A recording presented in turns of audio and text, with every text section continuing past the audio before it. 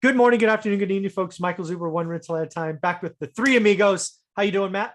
I'm awesome. Excited for number 4. Yeah, this is number 4. We did sneak in a fourth one. You guys didn't know that was happening, but we're here now. So, haha. That's why you didn't give us a list of topics. Yeah, exactly. For the day. Yeah, I'm tired of talking to you. Matt's a 9th grade dropout, but I know he can get to 4. His daughter can get to 4. Yes. And Dion, how are you? Howdy. Doing great. I am ready for number 4. Awesome. So, guys, what I want to talk about here are 3 books that are often, or at least 2 books are frequently quoted when you talk to new real estate investors. And I certainly hope the third book eventually gets to be put on that level. And I'm going to talk to you about how I read them. Yes, I love that book. That book's awesome. So the first book I read this one when I was a teenager, and it was The Millionaire Next Door. I'll share my experience with it. I'd just love to get your feedback on what you read or took from it or what you've heard about it. Really, what The Millionaire Next Door taught me was, frankly, be cheap, be frugal, live below your means, right? The millionaire has the old truck, they drive the car. It's not the person with the Mercedes or the BMW, right? That was my big takeaway from The Millionaire Next Door. So again, live below your means, be frugal, don't buy Starbucks coffee, all of those things. Dion, what did you get from The Millionaire Next Door? So my biggest takeaway from that book, which there's 2 books that we're going to talk about today that are mindset books. They do not have actionable steps that you can take. This is one of those books. Yeah. This book said, when you think of a rich person, what do you mentally construct? Well, that's the person with a lot of debt. That's really not rich. When you think of a millionaire, what do you think? Well, that's not the reality is when the title was good, Millionaire Next Door. It's the person next door that owns the small business. It's the person next door that has just a few rentals. That's all it took to be a millionaire. But the person who's making $100,000 to $300,000 a year that we think is the millionaire has all the debt and the student loan debt and the taxes and has structured their life to look rich, but isn't the actual rich. And then there were numbers that I took away that were kind of shocking. 12% out of 10,000 of the ones that they interviewed inherited their wealth. And so only 88% of millionaires on that average are self-made. Yeah. And that kind of made sense to me. The 3 people that I would have said, I don't know some millionaires before I got into investing. And now I know that I know more than that. But the 3 are all self-made. One had super rich parents who literally just cut him off from everything.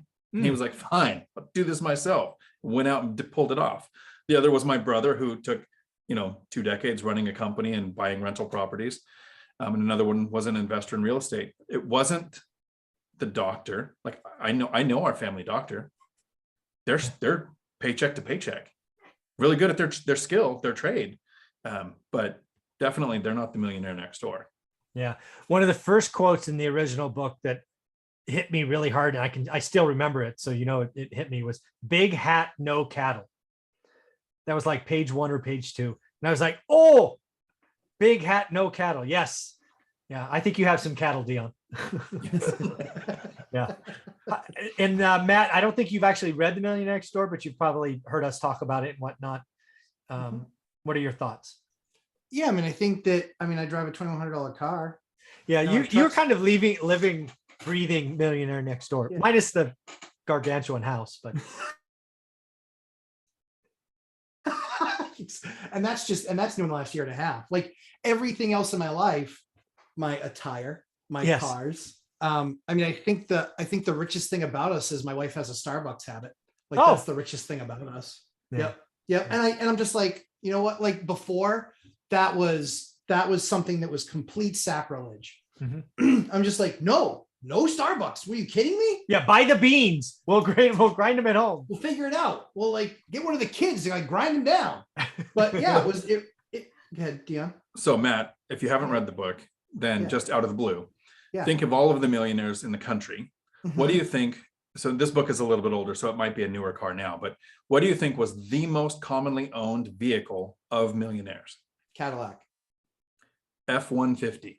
Love it. See, so the mindset, the shift of that book was we have a predisposition to think of millionaire as fancy. And the Millionaire Next Door literally was the people driving the F-150s. Yeah. Not a fancy boy. I'm not fancy. Nope. There's not a lot of F-150s in my neighborhood. There's a heck of a lot of six-figure Teslas. Yeah, there's a lot of there's a lot of Tesla. Tesla plaids. I raced one of those one time. Wasn't even close. Crushed me. The P100Ds. Oh, it's just no. I mean, that's kind of the fun thing for us is it's like I've had a lot of fun cars. I'm a big car guy. I love cars like that. But the funny thing about us is that it was really like our day to day was just very common, just very regular. I mean, we didn't altogether change restaurants. We just went from the dollar menu to value meals. There you go. So the other thing I took from the Millionaire Next Door, and Dion said it right, it was a mindset book for me. Yeah. So live below your means, sacrifice, don't live fancy. The guy with the Mercedes, not necessarily the millionaire, it's the guy with the truck, all of that. But it was kind of it kind of made sense to me as someone who grew up with no money, like save everything you can. So it's probably why it spoke to me. It's like, you grew up with nothing. You had a baked potato a day. That's why I still remember. Oh God, I remember finding a dime and feeling rich. I mean, that still disgusts me that at 8 or 9 years old, I found a dime and felt rich. That's a feeling I wish I can get away from. But the next book, Rich Dad, Poor Dad, that's the book that book slapped me, because up until 30 years old, so probably 12 years after I read Millionaire Next Door, I get a book that basically tells me the last 10 years of my life has been I've been doing it wrong. I allowed my lifestyle to expand because I let my income. As my income went up, I expanded. I had nicer stuff. I had allowed myself to get fancy. And I'm very thankful for that book slapping me at the right. I don't know what it was. Maybe I guess I found it at the right time, right? I'd suffered that huge loss and I was searching. So the teacher shows up when you're searching, maybe. But it set me on a brand new path that now is 20, 21 years, 22 years in the making. Still a mindset book.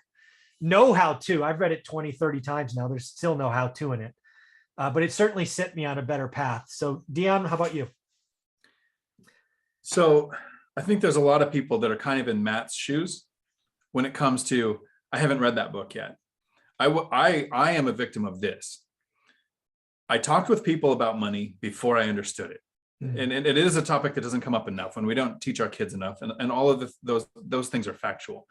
But people would bring up the book, Rich Dad, Poor Dad. And I had this mental concept of, so the guy had a rich dad and a poor dad, and they do things different. And if you figured out how to do things the way the rich dad did, your life will be better. Like, that was my entire knowledge of the book. So it wasn't that I would say, I've read this book, you should read this book. I would say, this is a great book because it's a way of looking at life. It was 10 years. But, I was like in my 30s when that book came out, and it was 40 when I picked up that book and I realized the difference. The biggest takeaway from that book for me was asset versus liability. Yeah. I had a house. I had a car that was paid off because, I was buying $2,000 cars. So I didn't have car payments. And over time, I thought, oh, my house will appreciate. Every month I'm doing principal pay down. I've got this assets figured out, right? And then 2008 happens. I'm underwater because appreciation and principal pay down can disappear. Both can go away. And all of a sudden, the house that you're living in, it's not an asset. So it's kind of like the Schrodinger's cat of assets. And so you know the details, you don't know if it's actually an asset or a liability. And that was the biggest mental shift for me was, how do I acquire things that pay me now and not things that people think are assets? Some people think that follow the traditional plan, put into your 401k, own your house by the time you retire, get rid of bad debt, and they stop thinking after that. So if it wasn't for that book, I don't know that I ever would have made the shift to, how do I develop cash flow? And one of the stories in the book that he starts with is, when he was a kid, he started making nickels. Yeah, I remember. Yeah. Right. He was collecting toothpaste tubes to get out the metal to melt. Yeah. Right. Had to learn what counterfeiting was. But from a little kid to get the idea of how to make money. Yeah, literally make money. You were 8, you found a dime, you feel frustrated that it made you feel rich. When I was 8, I worked in the onion fields next to my mom. My dad and my oldest brother left to another state. So my mom was, all of a sudden, she was 45, never had a job, never had a license. So all of a sudden she had to figure out how to make money. I would work in the onion fields with her, and you got 50 cents if you bagged a bag of onions. And in a day, my best day, I remember making $16, but it wasn't mine.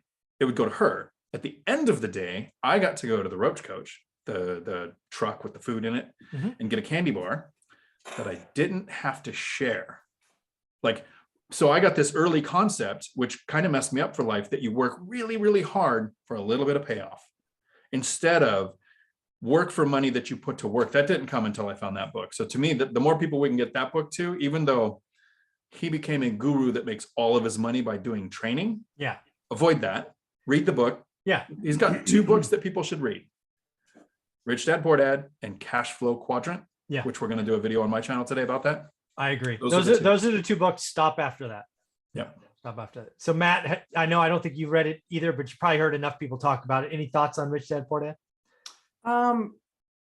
Not particularly. Okay. I mean, I think that, I think at the end of the day, I think that there's all those books out there that people gravitate towards. I mean, I think it was funny because I remember going and hanging out with, friends in their 20s and things like that. And the 3 times a year I would hang out, because otherwise I was working 100 hours a week. But that was something that they talk about. And it was just like, and you hear them talk about it. And the funny thing is that none of them really did it. Yeah. None of them really did it. There was nothing to do. It was more like, it was just like, again, it either kicked you in the ass to get going, or you're like, oh, that was cool. On to the next party. And that's really what it kind of was. It was like, it's kind of, okay, next. That's what I saw as far as like the result of it.